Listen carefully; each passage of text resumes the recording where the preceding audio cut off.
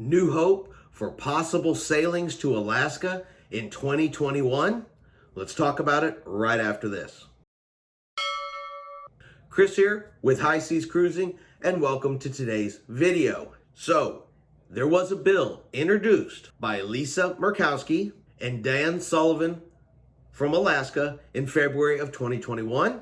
You probably remember that was the Alaskan Tourism Recovery Act. And what this act was designed to do was allow cruise ships to sail from U.S. ports to Alaska without stops in Canada, while Canada currently has a cruise ban in place. And we got some great news on it because yesterday, the United States Senate unanimously passed the bill. Now, the bill still does have to go to the House of Representatives and be passed there, but this is another positive cruising step and one step closer to getting us back to Alaska this season. Something that Alaska has desperately needed. The cruise shutdown has had a severe economical effect on the region, and they're really looking forward to cruise ships coming back.